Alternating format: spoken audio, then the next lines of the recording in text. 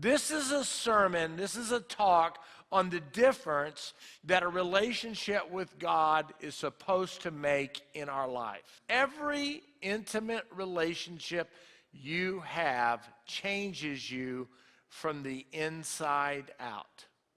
It changes you from the inside out. You want to be a better, I know the way Lisa loves me makes me want to be a better husband, and the way my children love me and my relationship with my children makes me want to be a better father.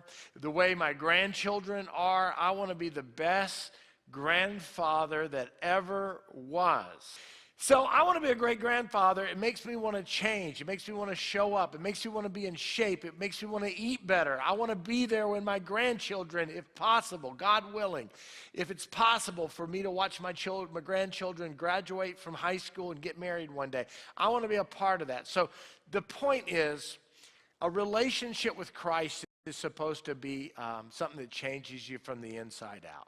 In chapter 3 of Colossians, here's what he says. Now, this really gets specific. If then you have been raised with Christ. In other words, if you believe in the resurrection of Jesus Christ, then you're raised with Christ. That you believe that this is really the pivotal theology of Christianity. It's the resurrection. It's the power of the resurrection is that God is alive, okay?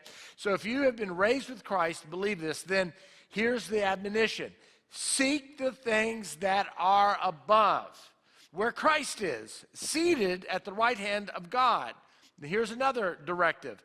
Set your minds on the things that are above, not on the things that are on earth, for you have died and your life is now hidden with Christ in God. Now, if you've been doing your homework and you've read all of Colossians, one of my favorite passages in Colossians is in the end of chapter 1. It says that the mystery of Jesus is the hope that we have is that Christ is in us. He's the hope of glory. In other words, what Paul's saying here is that we have got to take control of our thinking.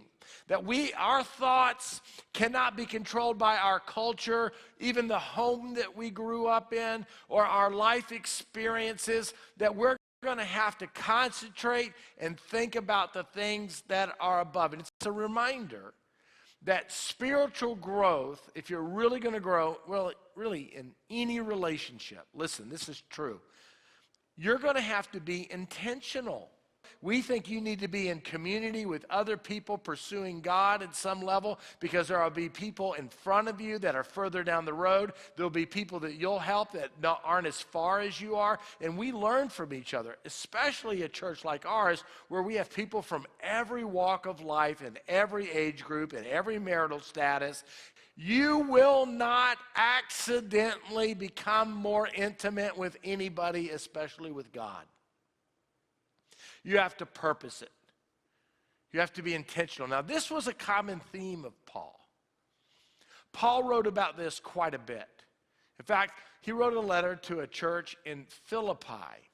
And here's how he says it there.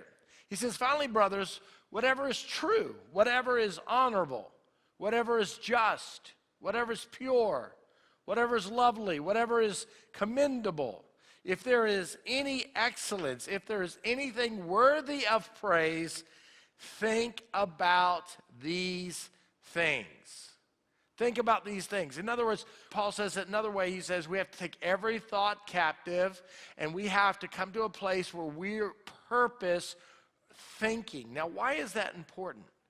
Because the way we think is eventually who we become.